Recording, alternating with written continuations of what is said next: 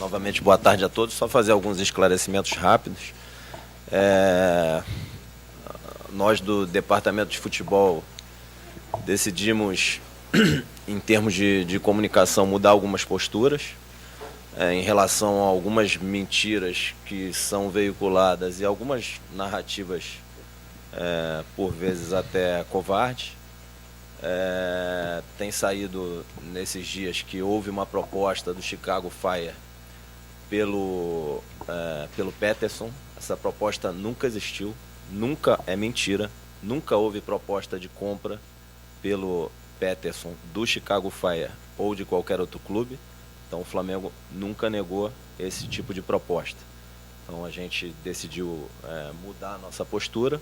A responsabilidade de comunicar é nossa. Quando tem alguma falha de comunicação, alguma coisa que enfim, corre na linha da mentira, a gente tem a obrigação de esclarecer e vamos ter essa postura daqui para frente. Tem algumas outras questões que eu gostaria de tocar aqui. Sempre tem uma narrativa sempre que é muito comentada sobre os altos investimentos, folha de pagamento do Flamengo. Eu queria esclarecer aqui que a folha de pagamento do futebol profissional do Flamengo é em torno de 25 milhões de reais mensais, 300 milhões por ano. Mas o nosso é mesmo, não é como em outros que fazem alguns ajustes aí para não aparecer. Aí ficam falando, contando história, que é 8, que é 10, que é 12. Não é 8, não é 9, não é 10. É 17, é 15, é 19. É 20 e pouco. Então, no Flamengo, quando a gente fala de folha de pagamento do futebol profissional do Flamengo, inclui salário, inclui direito de imagem, inclui 13º, inclui férias, inclui FGTS, inclui PIS, inclui terceiros, inclui qualquer tipo de bônus pago aos atletas. Bônus de assinatura, luvas, bônus de permanência, e o Flamengo paga. Não é que o Flamengo assina e depois não paga. O Flamengo paga. O que o Flamengo assina, o Flamengo paga no dia. Se não pagar no dia, paga antes. Outro 25 milhões, em torno de 25 milhões por mês, 300 milhões por ano. 25. Essa é a folha de pagamento do futebol profissional do Flamengo, de atletas e comissão técnica. Luva, não põe a imagem, não põe o 13º. O bônus de permanência é sempre. Sempre. Então, quanto assim, mais.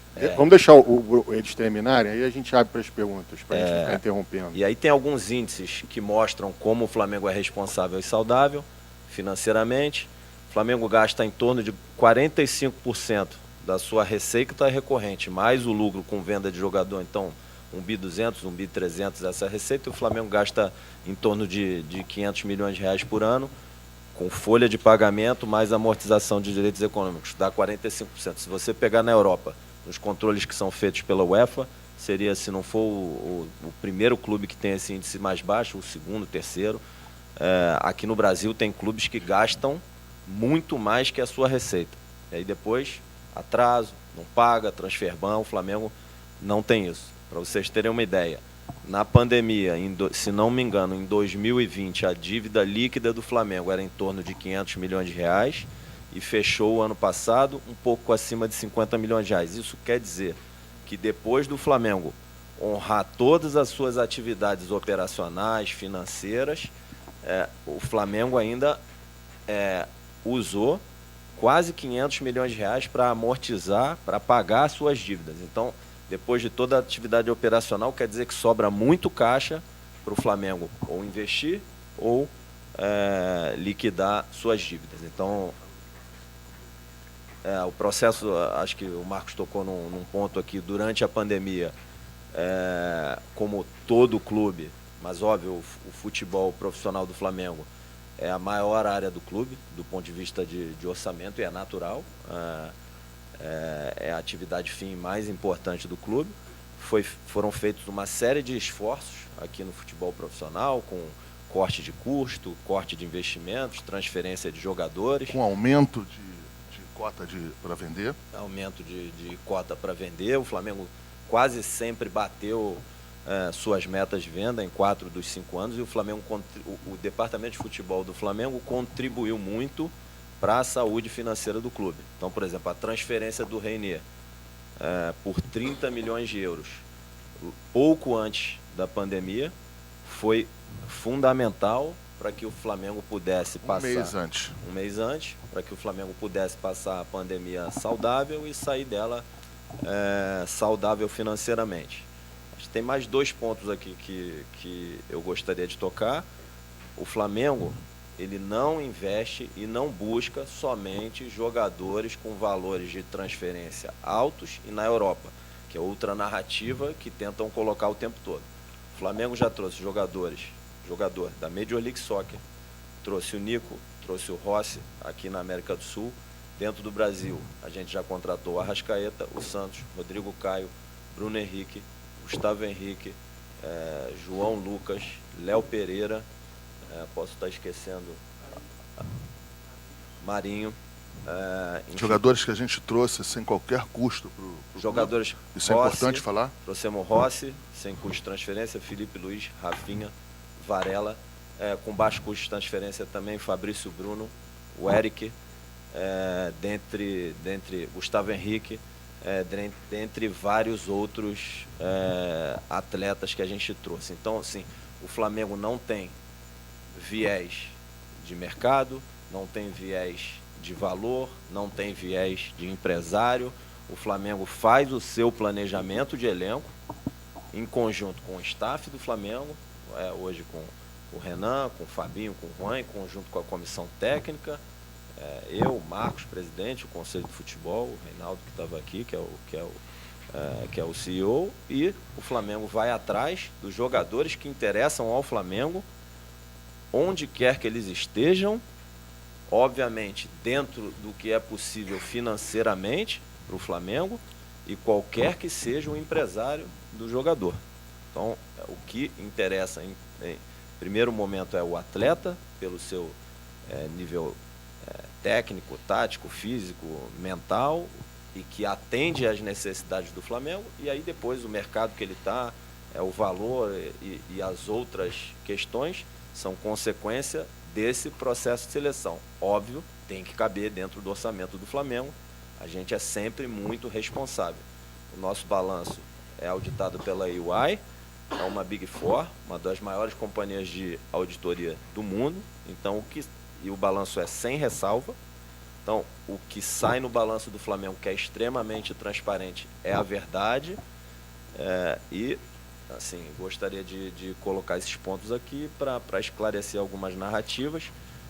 Por último, para fechar, que é um pouco conectada a essa questão do Peterson, o Flamengo, desde 2019, trabalhou uma nova linha de receita com transferência de jogadores. A gente quebrou um paradigma aqui. Anteriormente, um atleta do Flamengo que fosse emprestado para algum clube, ele levava uma chancela, ele levava um carimbo de um atleta que não serve mais para o mercado ou para o Flamengo. A gente fez um trabalho conjunto aqui daqueles atletas que a gente entendia que necessitavam se desenvolver e que, se ficassem aqui dentro do elenco, teriam seu desenvolvimento prejudicado e, portanto, prejudicariam um ativo também que é do Flamengo, e começamos a buscar mercado para esses atletas, para que fossem emprestados ou retornassem ao Flamengo para fazer parte do departamento de futebol profissional e do elenco de futebol profissional do Flamengo, ou que fossem transferidos. Esse tipo de trabalho gerou mais de 200 milhões de reais de receita para o Flamengo ao longo dos anos. Então, para dar alguns exemplos aqui: Jean Lucas, Rodrigo Muniz, Yuri César, Ramon, Natan e tantos outros nomes aí que o Flamengo emprestou, terminou a formação e o desenvolvimento dos atletas, e depois ou esses atletas foram transferidos ou voltaram para cá para ajudar no futebol profissional. Eu acho que assim, só gostaria de... Só para contribuir mais um pouco aqui em tudo que o Bruno passou para vocês, a nossa ideia é que ao longo do ano de 2024 a gente conceda entrevistas, fale, seja perguntado por vocês, questionado, com um cuidado um pouco maior em cima da parte financeira, em cima da parte de orçamento. Eu acho que foi um erro nosso. Quando eu falo um erro nosso, eu me coloco como principal nesse ponto aqui, não um erro da comunicação, um erro nosso, em a gente não ter cuidado em algumas pontualidades em relação a essa comunicação. A gente de 19, 20, 21, 22, 23, a gente veio muito aqui para falar de contratação, falava de como eram as contratações e deixamos algumas inalações, algumas questões que a gente poderia e tinha a obrigação de vir a público esclarecer e em alguns momentos a gente não fez. Então, assim, é um reconhecimento nosso aqui em que a gente vai fazer este ano todo diferente. E se tiver alguém do Departamento Financeiro do Flamengo que quiser estar ao lado aqui, para não ter nenhum tipo de problema, vai ser um prazer. Qualquer pessoa do Departamento Financeiro poderia estar aqui, até para validar ou qualquer situação. A gente está à disposição. 2024 vai ser tratado diferente a parte de comunicação. Não sei se vai ser bom ou vai ser ruim, mas vai ser tratado diferente. Perguntas. Marcos e Bruno, eu vou fazer uma pergunta genérica para os dois, porque vocês são cobrados pelo torcedor e a gente é cobrado também quando não contrata, que diz que a diretoria é incompetente, que demora. E eu sei que desde novembro o Flamengo já tinha um mapeamento de alguns atletas. E aí, o que acontece? As negociações do Flamengo têm sido demoradas. Aí, porque outro clube contrata mais rápido. Só que em contrapartida, o que eu venho percebendo é o seguinte, que o Flamengo tem um orçamento para contratar, e aí, por ser um clube com faturamento bilionário, quando você vai conversar com um determinado jogador, o outro clube vai e começa a esticar a corda. Só que o Flamengo, ao mesmo tempo, tem que contratar. Então, a minha pergunta para os dois é como é que vocês vêm lidando em respeitar o orçamento, tentar as contratações e lidar com os clubes que muitas vezes acham e veem um orçamento bilionário do Flamengo e ficam esticando a corda. Bom, vamos lá. Primeiro o próprio balanço do Flamengo, os próprios demonstrativos financeiros demonstram o quanto a gente é responsável com o recurso do Flamengo. Ninguém dá lucro, ninguém abate dívida, ninguém gera caixa, ninguém tem um balanço tão saudável do Flamengo se for um mau gestor. E aí, óbvio, ninguém faz nada aqui sozinho. A principal liderança e o principal mérito disso tudo, de todas as conquistas, da saúde financeira do Flamengo, de tudo isso que eu estou falando, o principal mérito é da principal liderança do Flamengo, que é o presidente Rodolfo Landim. É o mérito dele. Ele que nos lidera, ele que nos cobra, ele que nos guia e ele que toma as decisões mais importantes aqui no clube. Então, o mérito é dele. Mas o que eu estou dizendo, nenhuma empresa apresenta um balanço tão saudável se não for bem gerida. A atividade fim, a principal atividade do Flamengo é o futebol, através do seu departamento de futebol, e isso é a prova que a gente é responsável, respeita o orçamento, bate meta orçamentária na maioria das vezes e traz resultado também financeiro para o Flamengo. O principal resultado que o departamento de futebol precisa trazer é esportivo. Então, o Flamengo ganhou 2 Libertadores, jogou 3 finais de Libertadores, esteve presente em 3 mundiais, ganhou 3 títulos cariocas, 2 Supercopas, 1 Recopa, 1 Copa do Brasil, 2 brasileiros, talvez eu esteja esquecendo alguma coisa aqui. Então, dentro de campo do futebol profissional, o desempenho foi esse. Então, agora, indo para a janela, o elenco do Flamengo é muito qualificado. Tem jogador que a gente consulta e a gente consultou e não quer vir para o Flamengo, não quis vir com medo de não jogar. O jogador tem medo de não jogar no Flamengo. Não quer disputar posição com a Arrascaeta, não quer disputar posição com o Nico, não quer disputar posição com o Gerson, não quer disputar posição com outros atletas que tem aqui. Então, a dificuldade, às vezes, não é só financeira, a dificuldade é da qualidade do nosso elenco, a dificuldade de qualificar o elenco, de trazer atletas que estejam à altura... Teve um que correu agora, há pouco tempo. A atletas que estejam à altura de qualificar o nosso elenco, tá? Então não é só um tema financeiro.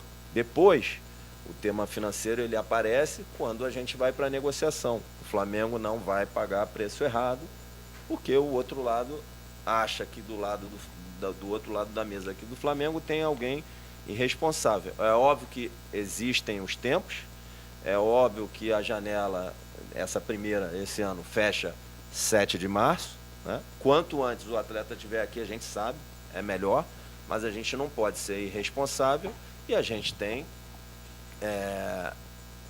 feito e faz tudo em conjunto com o treinador. Então, esperar um pouco mais ou acelerar, a gente também leva em conta o lado esportivo e também faz tudo de acordo e em acordo com o treinador. Ele está a par de tudo. Então, se eu preciso demorar um pouco mais para trazer um atleta porque o processo de negociação está duro, óbvio que a gente senta com o Tite e pergunta, vai te trazer muito prejuízo esportivo, vai te prejudicar a temporada? Então, aí, obviamente, a gente vai tomar 2 decisões. Ou, se for possível, a gente estica um pouquinho a corda do lado financeiro, senão, vamos para outro nome.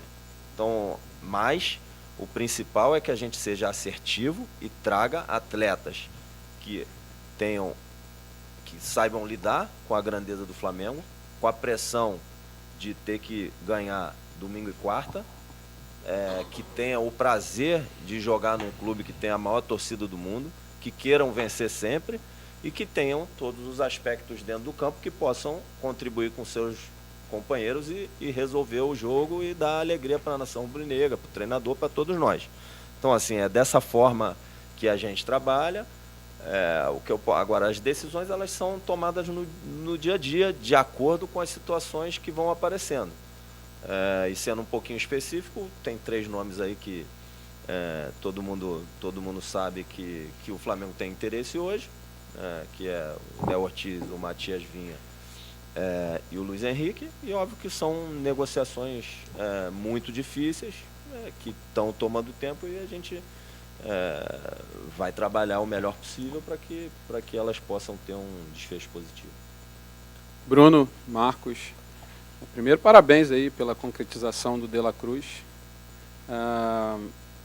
Queria saber de vocês, até em cima disso que o Bruno acabou de falar agora, desses nomes, se vocês podem dar um pouco mais de informações, como é que andam cada uma delas, se tem alguma que esteja mais avançada do que outras.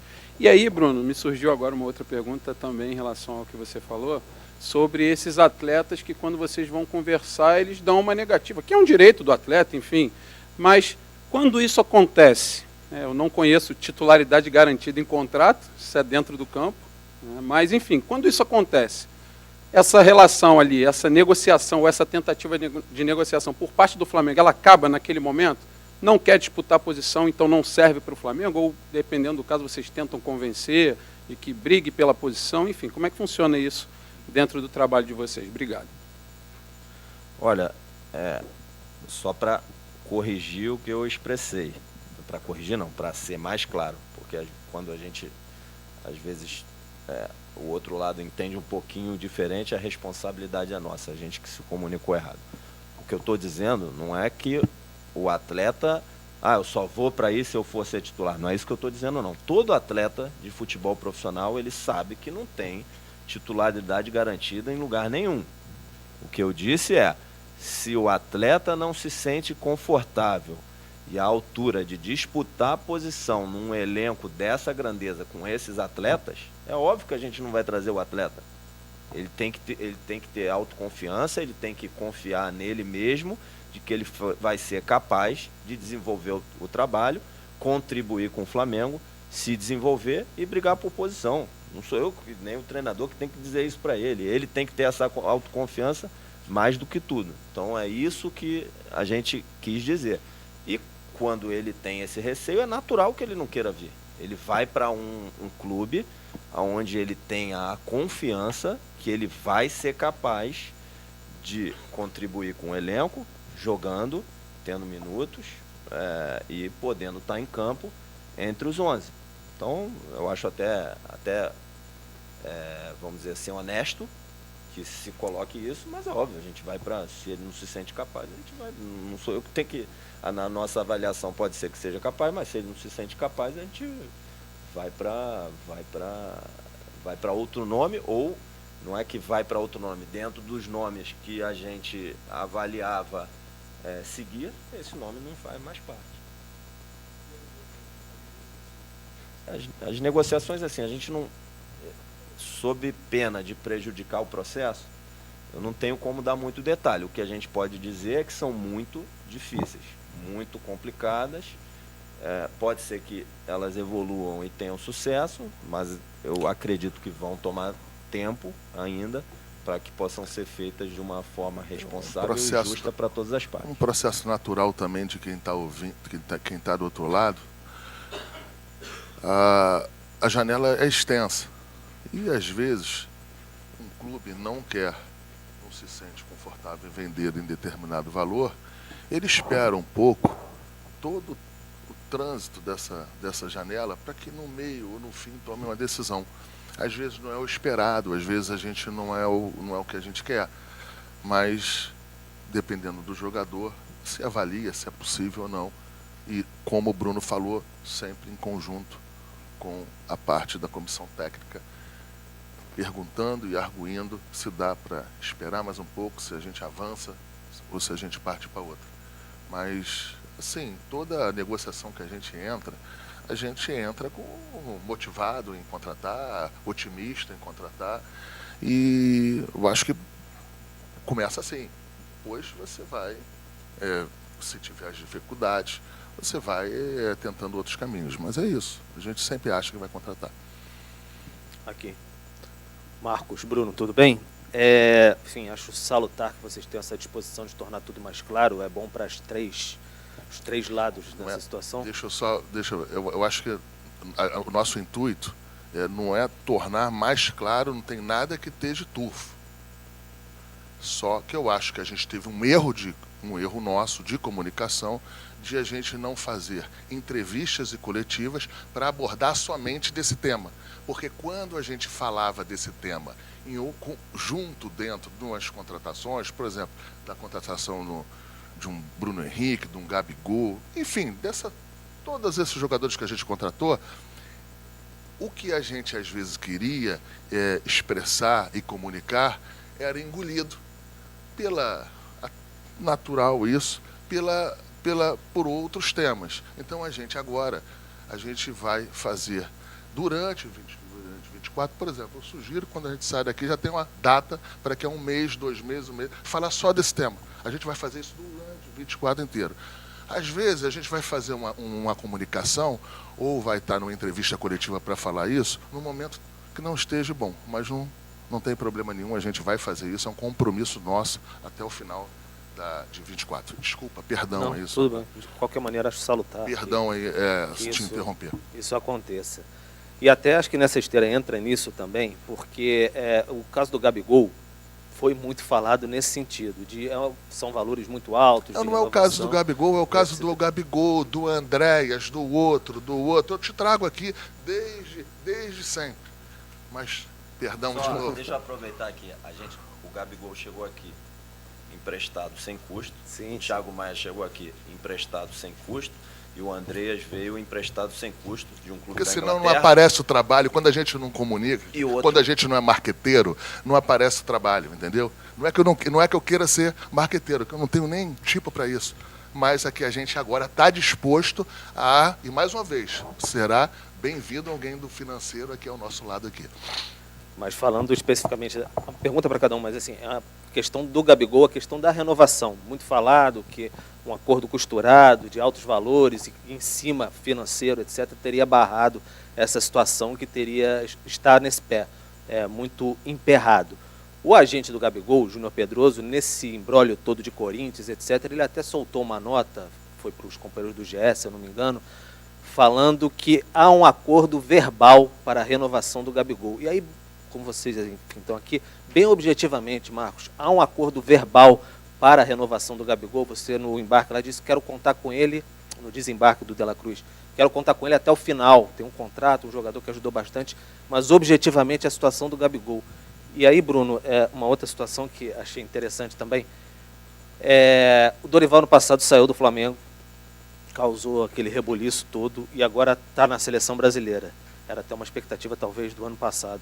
Se você pudesse falar um pouco como um representante do Flamengo, o que o Flamengo achou disso, entende que, enfim, é o técnico da seleção brasileira. Obrigado. Então, primeiro, boa sorte ao Dorival, que dê tudo certo para ele, para a comissão técnica.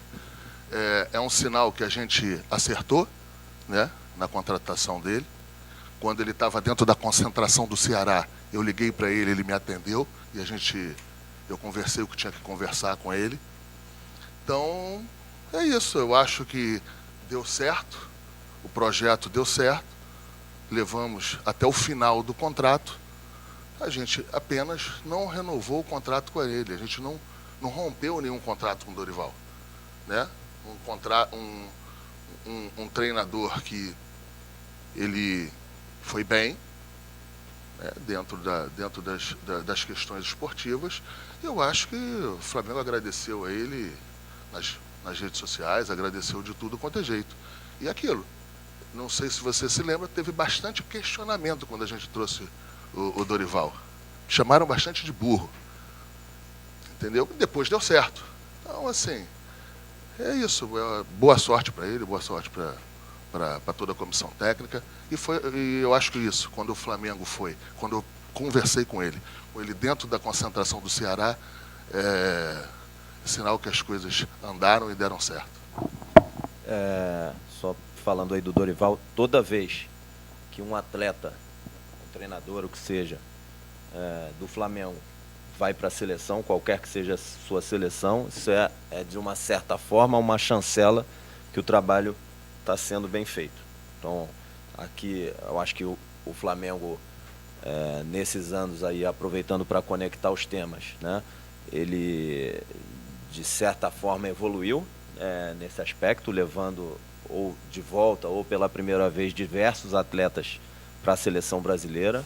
Eu acho que conectando a seleção com a nação, trazendo orgulho para o nosso torcedor. Então, o Rodrigo Caio foi para a seleção, Gabigol, Pedro, Everton Ribeiro, Ayrton Lucas, Gerson. Então, acho que isso é uma chancela do processo de planejamento do clube, dos treinadores que tiveram aqui, dos resultados em campo. A gente fica muito feliz quando um atleta vai.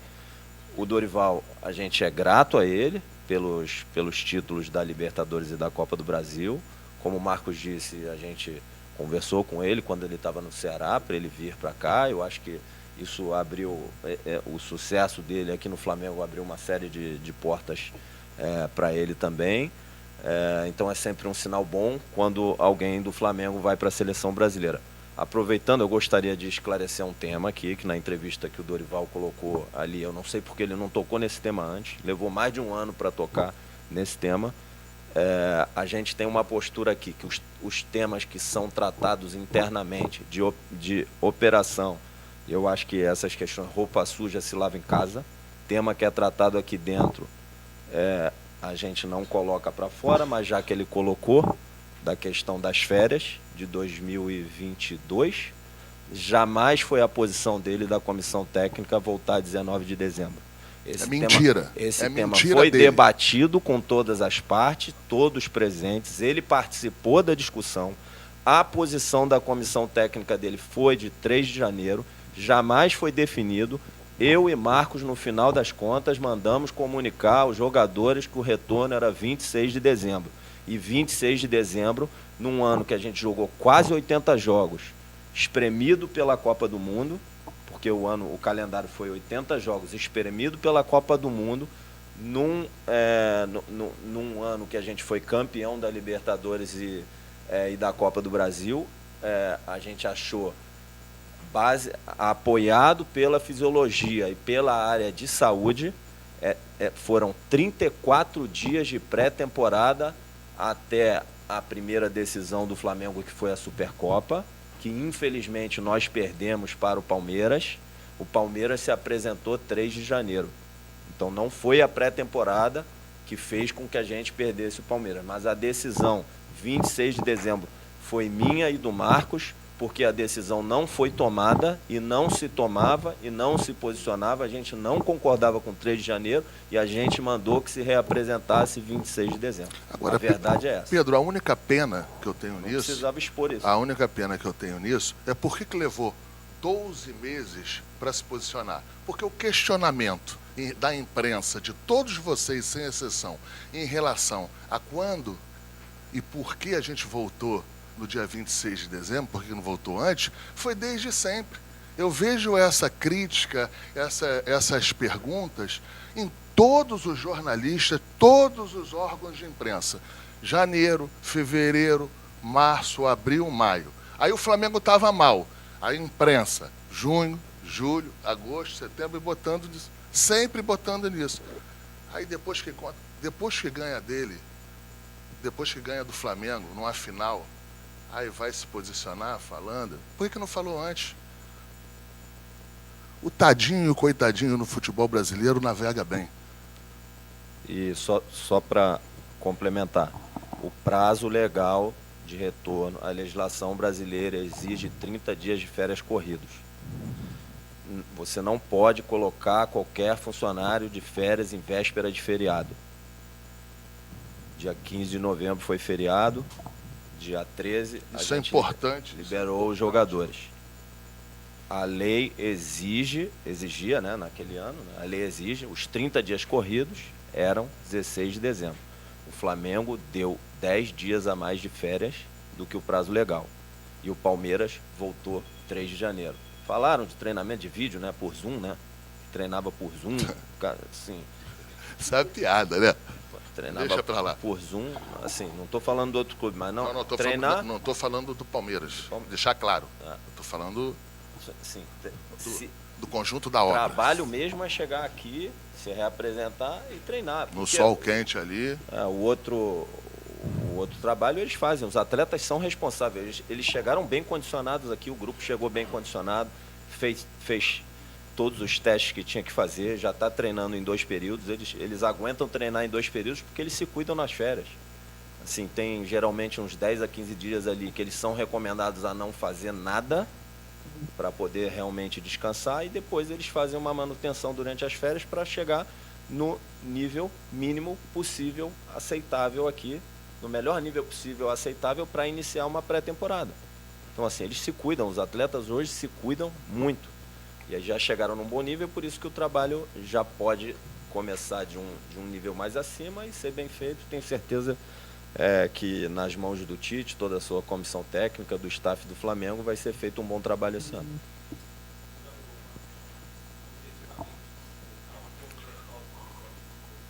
O Gabigol, após os títulos de 2022, nós já estávamos num processo de construção do novo contrato. Quando a gente foi campeão da Copa do Brasil, depois quando a gente foi campeão da Libertadores. Só que foram negociações difíceis que se estenderam e estão até hoje. Eu não vou falar em situações que estão em curso. O jogador tem 1 ano ainda de contrato aqui. A gente analisa a situação dos contratos e dos valores em que a gente pôs e expôs, em que a gente está conversando. E é isso, eu não vou aqui me estender em relação a isso aí. Agora, o que eu posso falar é o que eu sempre falei aqui na parte esportiva, é redundância eu falar. É um jogador que quando veio aqui, também foi bastante questionado antes de chegar, né? Sem custo na primeira vez. Antes de chegar, em 19. Também um jogador bastante questionado e que deu certo, deu super certo. É um ídolo do Flamengo. E eu tenho certeza absoluta que as coisas vão se resolver na hora que tiver que ser resolvido e que o Gabriel vai estar aqui de coração, como ele está aqui nos treinamentos, e qualquer tipo de questionamento dos empresários em que se está demorando mais ou demorando menos, isso aí a gente vai resolver com eles. Oi, pessoal, Raiza Simplício aqui da Gol Brasil, boa tarde. o Spindle e para o Braz. Eu queria que os dois, se possível, pudessem explicar como é que está a situação do Evander, se de fato a proposta, se teve proposta do Flamengo e se de fato ela foi recusada pelo Portland Timbers. E essa questão, acho que é importante, o Braz recentemente falou para os amigos do GE que o Evander já vem sendo analisado pela equipe de scouting do Flamengo, que é nível A. Eu queria que vocês explicassem como é que funciona essa questão, né, para ficar um pouco mais claro para o torcedor. Bom, o que tem hoje, que eu posso falar, as 3 negociações são públicas, é o Léo Ortiz, o Vinha e o Luiz Henrique.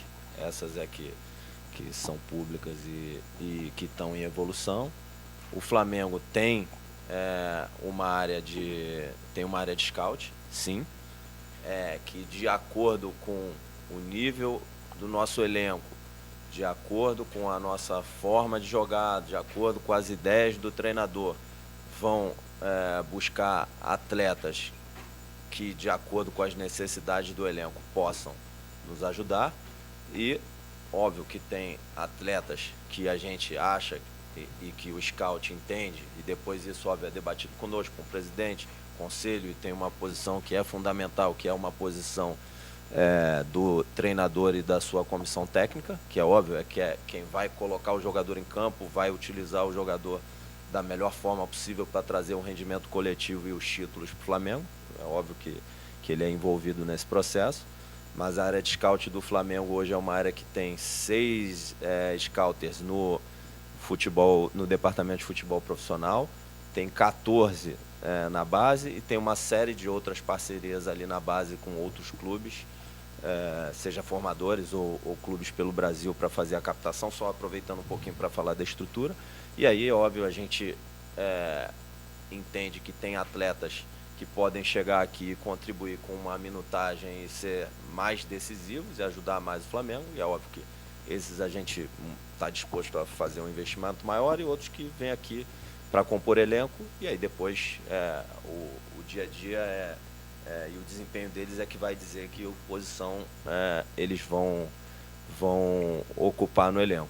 Então acho que o trabalho é feito dessa forma, continuamente, de forma muito detalhada, o ano todo, para que a gente possa ter as melhores ferramentas para tomar as melhores decisões possíveis. Mais 2 perguntas.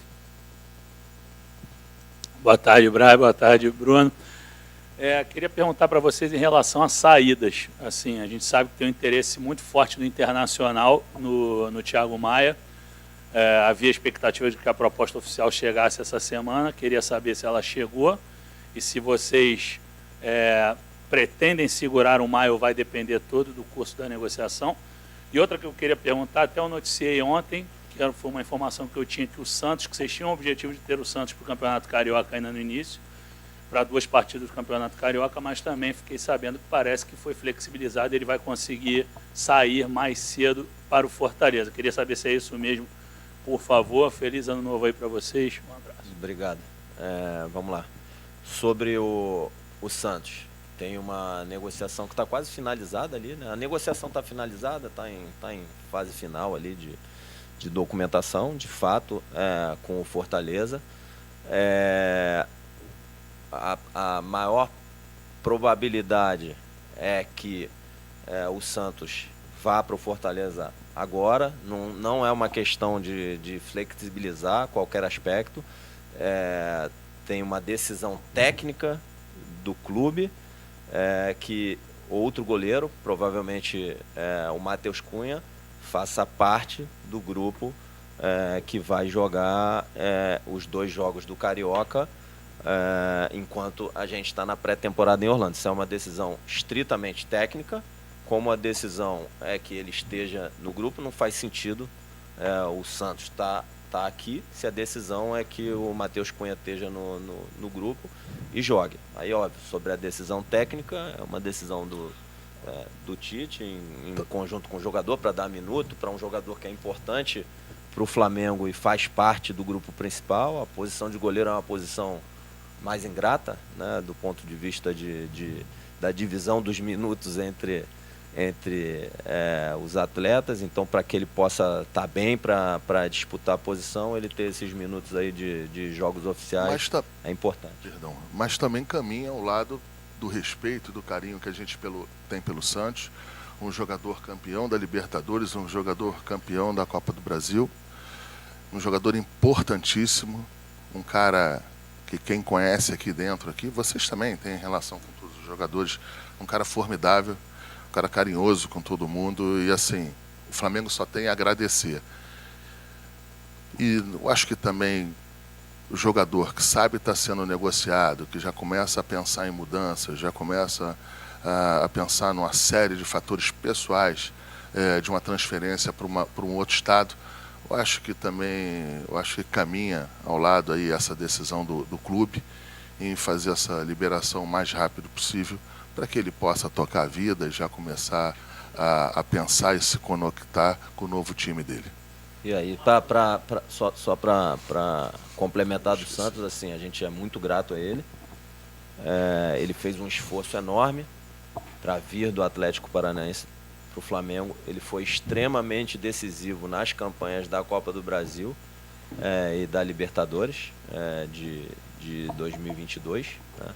Então tem diversas defesas aí. A última que eu me lembro é na falta do Terãs ali no finalzinho do jogo, ali que ele parece fácil, né? Do jeito que ele defendeu aquela falta ali, mas como até o próprio Maia aqui, o preparador de goleiro, diz: toda bola é defensável dependendo da tua leitura, do teu posicionamento. Então parece fácil pela qualidade dele, pela leitura, enfim, todos os aspectos que o Santos traz. Então a gente é muito grato a ele. É um goleiro de caráter, extremamente profissional, dedicado, mesmo com essa negociação em curso, praticamente finalizada. Ele está aqui se dedicando na pré-temporada e treinando e disputando lance aqui com seus jogadores, com seus companheiros, como se nada tivesse ocorrendo. Então, só agradecer ao Santos aí e dar muito boa sorte para ele. Fred, do Inter não chegou nada oficialmente do Inter para a gente. A gente sabe, através da imprensa, através das pessoas envolvidas, parece que tem um interesse, mas do Inter para a gente, oficialmente, no documento, não tem absolutamente nada. A última pergunta. Braz, Espíndola, boa tarde. A gente sabe que tem uma dificuldade hoje muito mais financeira do que vontade do jogador, por Vinha e também pelo Léo Ortiz. Eu queria saber se o mercado hoje está realmente superinflacionado ou se está superinflacionado porque é o Flamengo. E uma outra questão que eu queria também tratar com vocês era a respeito do Evander. O Braz chegou a falar que é um jogador nível A, mas em nenhum momento vocês citam diretamente até o nome do jogador. É porque essa negociação se encerrou, está fechada? Vamos lá. De forma geral, sem falar sobre Léo, Vinha, etc., o futebol brasileiro ele apresenta um cenário mais competitivo hoje. Você tem uma série Você tem Botafogo investindo pesado, você tem Corinthians investindo pesado, você tem Inter investindo pesado, você tem Bahia investindo pesado, Fortaleza está investindo, Vasco está investindo, enfim, sob pena de eu estar...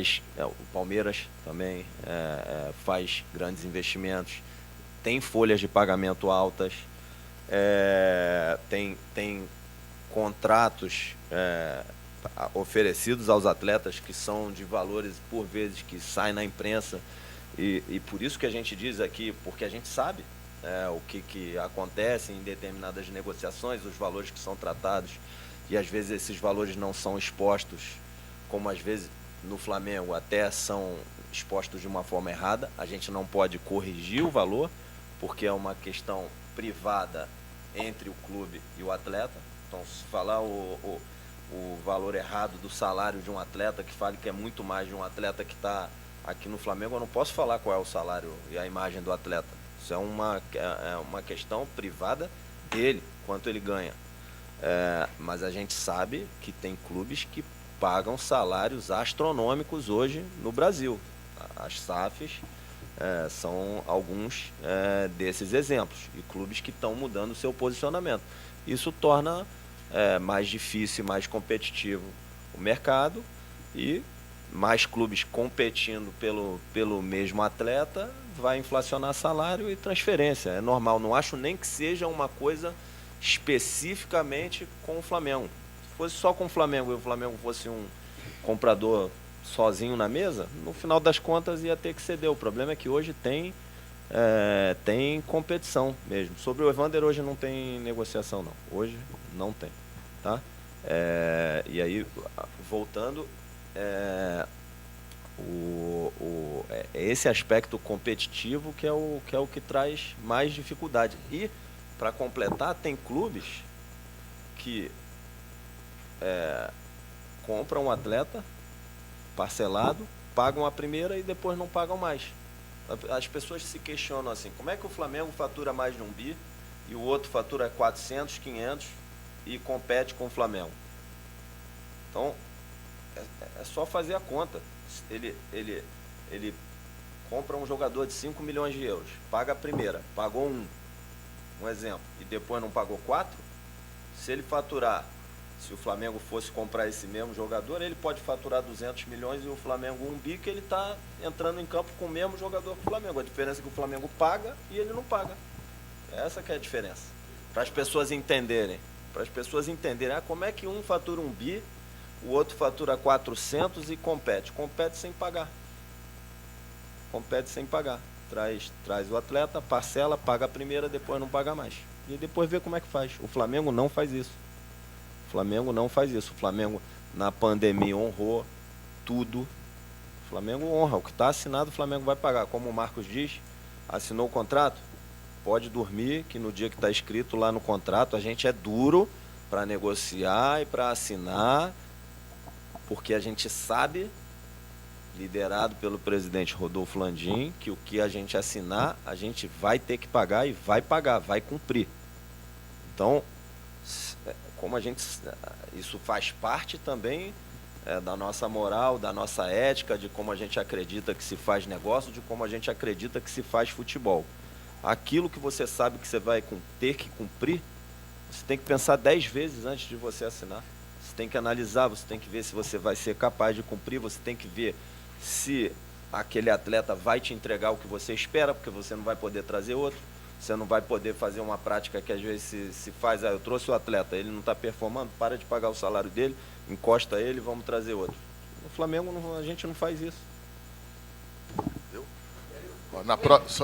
Na próxima reunião, como a gente já vai estar praticamente, na próxima na próxima coletiva que a gente entende que vai fazer para tratar desse tema, como provavelmente vai estar quase no final da janela e a gente vai ter tudo, a gente vai trazer números aqui ainda mais transparentes de quanto a gente gasta, de quanto o futebol gasta, de quanto o futebol do Flamengo gasta, porque tem-se o orçamento de arrecadação de 1 bi do clube, 1 bi 100, 1 bi 200 que está, mas esses números não chegam aqui no futebol. Quando eu falo que não chegam, porque a gente tem aí, o clube é um clube enorme, que ainda tem, que tem 18 modalidades esportivas, que ele tem uma área social enorme, tem outras áreas, então a gente tem um determinado valor muito bom, um valor que é muito robusto, que a gente possa fazer o que tem que fazer aqui, disputar títulos e ganhar títulos,